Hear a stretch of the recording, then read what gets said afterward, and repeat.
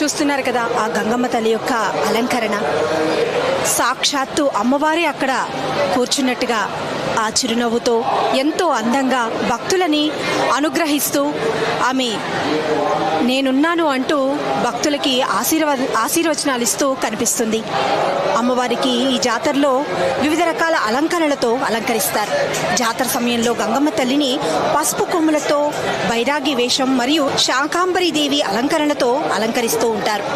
అలాగే పసుపు కొమ్ముల అలంకరణ చాలా విశిష్టమైనది. అలాగే బైరాగి వేషం కూడా చాలా విశిష్టమైనది. ఈ పసుపు కొమ్ముల అలంకరణలో 3వ మంగళవారం నాడు గంగమ్మ తల్లిని పసుపు కొమ్ములతో అలంకరిస్తారు. అలాగే బైరాగి వేషంలో తిరుపతి గంగమ్మ జాతర 2వ రోజున గంగమ్మ తల్లిని బైరాగి వేషంలో అలంకరిస్తారు.